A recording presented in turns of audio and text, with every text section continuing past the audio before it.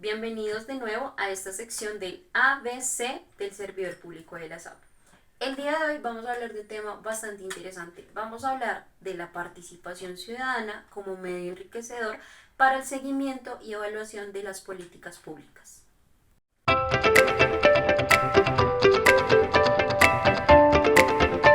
El seguimiento y la evaluación de las políticas públicas son procesos de gran relevancia que toda la ciudadanía debería tener presente.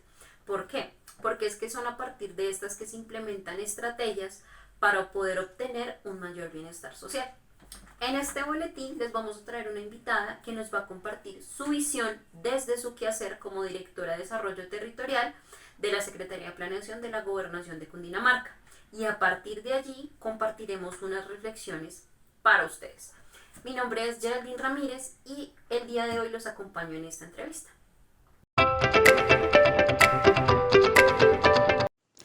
Bueno, hoy les tenemos una invitada muy especial. Hola, ¿cómo estás? Mucho gusto. Mi nombre es María Fernanda Murcia y soy la directora de Desarrollo Territorial de la Secretaría de Planeación de la Gobernación de Cundinamarca. Un gusto y gracias por acompañarnos. Bueno, María Fernanda, de acuerdo a todo lo que hemos hablado con el tema de planeación, quisiera hacerte esta pregunta. ¿Existe en Sinergia o en cualquier otro sistema gubernamental de seguimiento y evaluación de resultados de política pública indicadores que establezcan los avances en creación de ciudadanía activa y creativa? Y también quisiera preguntarte si hay indicadores que son útiles para medir eso. Bueno, empecemos con Sinergia. Respecto a Sinergia, con honestidad, pues yo no me dedico como específicamente a hacer una formulación, un análisis o una medición de política pública. Sé que existe Sinergia, sé que es una especie de aplicativo que funciona desde el DNP, sé que tienen como unas bases metodológicas y conceptuales que te permiten hacer formulación, evaluación y seguimiento de política pública, pero con honestidad y específicamente desde la Dirección de Desarrollo Territorial mentiría si dijera que efectivamente lo usamos.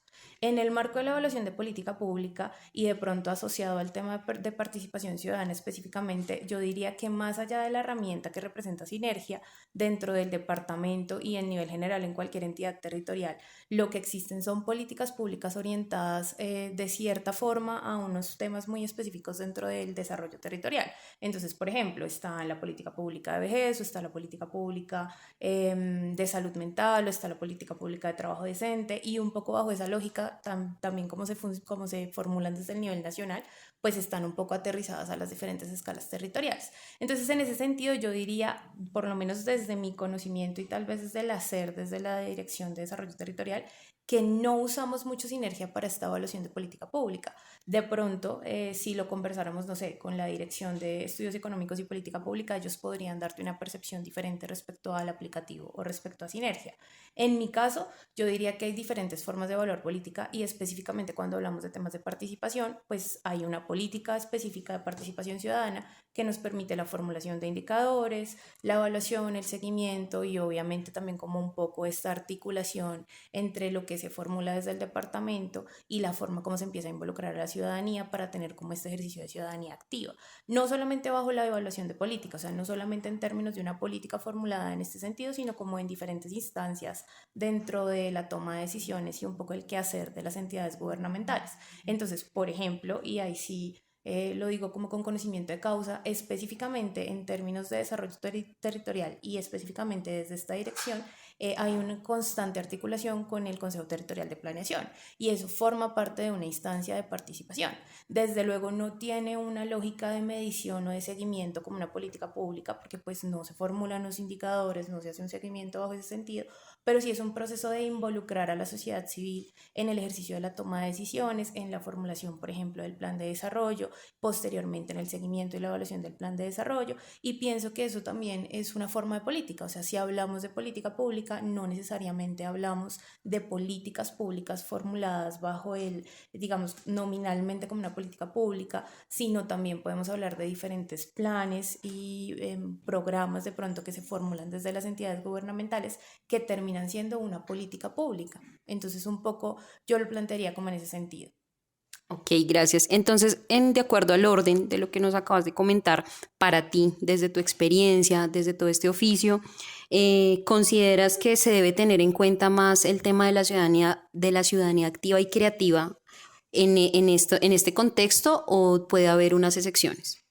Yo digo que específicamente desde mi quehacer y un poco desde la orientación que tiene la Dirección de Desarrollo Territorial particularmente, es muy importante involucrar a la comunidad y es muy importante generar estos espacios de ciudadanía activa y creativa.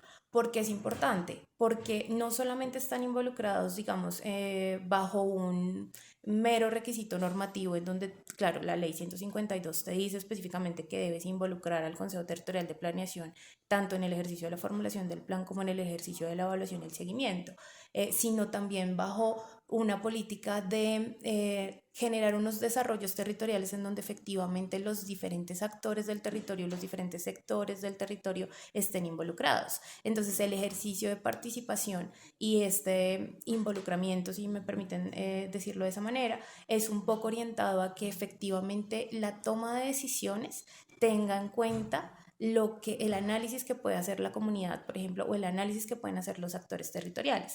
No es lo mismo la información que te puede presentar, por ejemplo, un consejero dentro del CTP que representa al sector económico, que seguramente va a ser una persona asociada a una entidad de carácter privado, con un ejercicio, por ejemplo, importante en términos de capital o en términos de productividad, versus la lectura que tiene del territorio una persona que forma parte de la comunidad víctima del conflicto, por ejemplo, Okay. o versus el aporte que te puede hacer una persona que participa activamente en una liga deportiva y que tiene unos intereses completamente diferentes y una lectura completamente diferente de lo que tú estás proponiendo como política. Entonces yo pienso que específicamente en el caso para el quehacer de esta dirección, por así decirlo, sí es fundamental este ejercicio de participación. Vale, muchísimas gracias por tus aportes y espero que ustedes hayan disfrutado de esta entrevista como nosotros aquí. Gracias.